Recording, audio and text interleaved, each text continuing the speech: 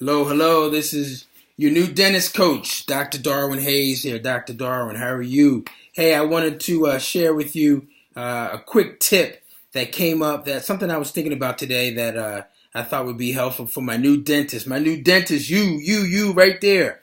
I'm looking at you. We're looking at each other. My new dentist. I had a tip that I want to share with you as it pertains to those of you that are maybe either dental students getting ready to graduate and applying to residency programs, or you could be already graduated, right? And you're still maybe thinking or now considering maybe a specialty program or maybe a GPR, depending on what state you're living in or where you want to go. I know for certain states like New York, where I work sometime, in New York, it's mandatory for you to get a license in New York. You have to do a PGY 1 year or postgraduate year to get a license. Also, right now, it's very popular in other states like Delaware is an option.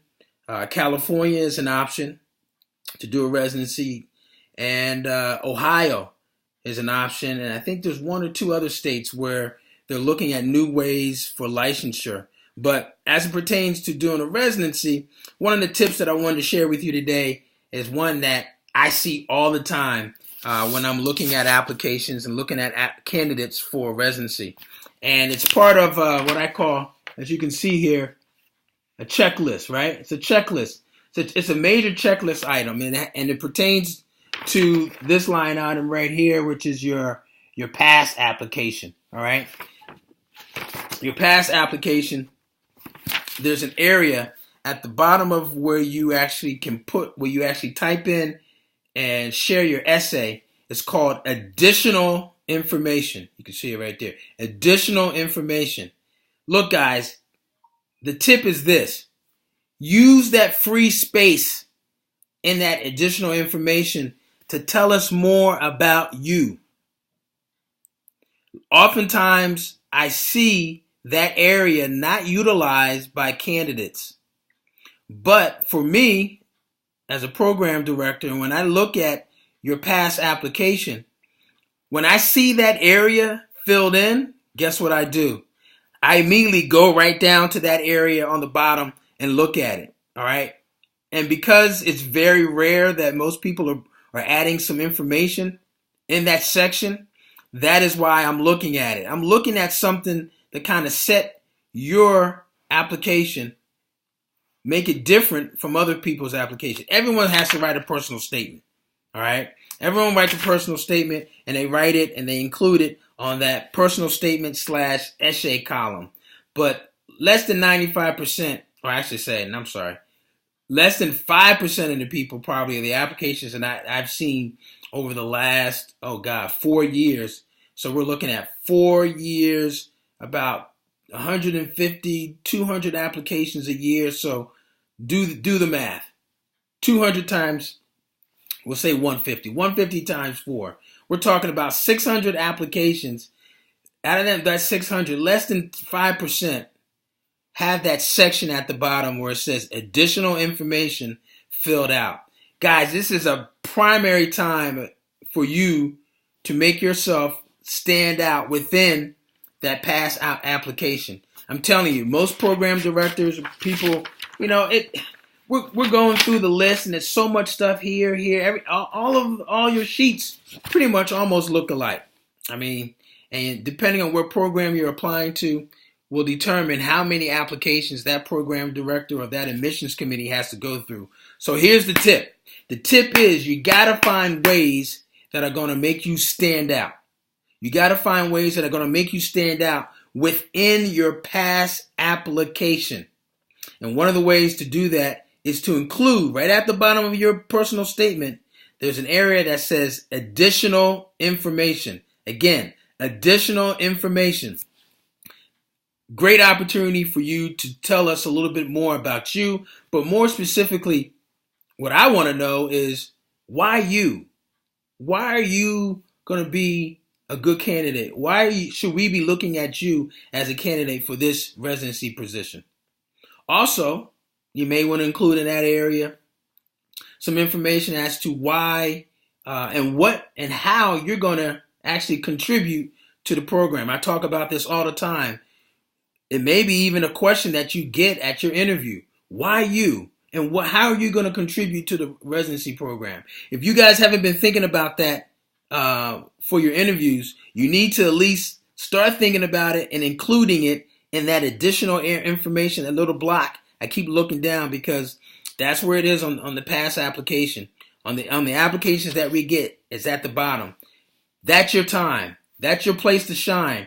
I don't remember if there's a maximum word length, if it's like 500 words or if it's 200 words or 150 words. But whatever it is, use that whole area as much as you can to tell us more about why you, and tell us how you are going to contribute to the program. Keeping in mind that depending on what program, if it's a GPR, AGD, if it's 1 year, or if it's 3 years for pedo or endo, or 2 years, keep it in mind that when you go through that program, you're going to be like a sponge and just kind of sucking out a lot of information because the program is going to get you prepared for your specialty or for your advanced certification as a general dentist or as a specialist.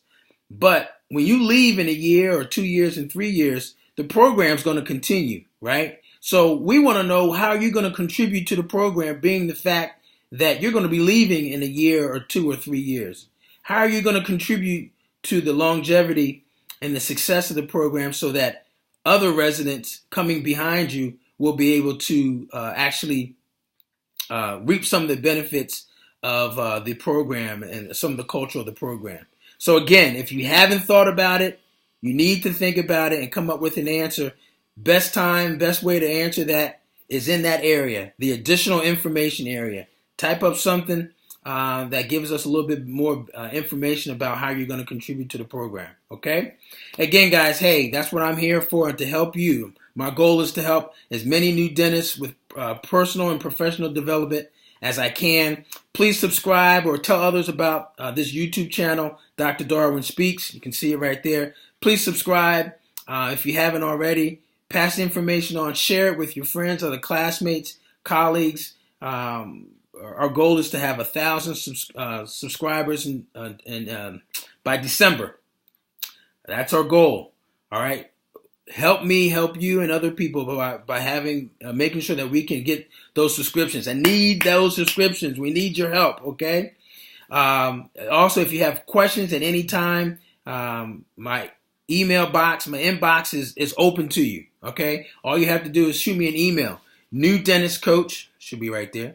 newdentistcoach@gmail.com. newdentistcoach@gmail.com. Send me an email with your question, your thought, concern, wherever you are along the spectrum of a new dentist. Whether you're in dental school, you're D1 all the way through D4, or you're a recent graduate, you may even be a resident and you're thinking about your transition from residency into private practice or into specialty practice, whatever it is, okay? Or you may be a new dentist that's been practicing for a while and you have some questions about some things. Hey, I'm connected to a lot of great and amazing colleagues all throughout the country, different cities throughout the U.S. and also in some other areas, not continental U.S., but often in the islands, Canada, and also overseas. So use me as your go-between if you have questions, and all we're going to do is tap into that network for you and get you connected. Okay, again, that's my goal, that's my purpose, to help as many new dentists as possible wherever you are throughout the new dentist spectrum, a lineage. Okay. Also, I'm on Facebook. We have a new group called the New Dentist Development Network. New Dentist Development Network. Just search it and ask to join, and we'll get you joined in that. We've got collaborations from pediatric dentists, from general dentists, and then also some endodontists that kind of talk about endodontics. As it relates to different cases, learn more about endo and different cases that you'll probably seeing in your practices right now, or you will be seeing in your residency. All right, guys, that's my time. Take care, be well, smile. Let's make it happen together. Subscribe. Take care.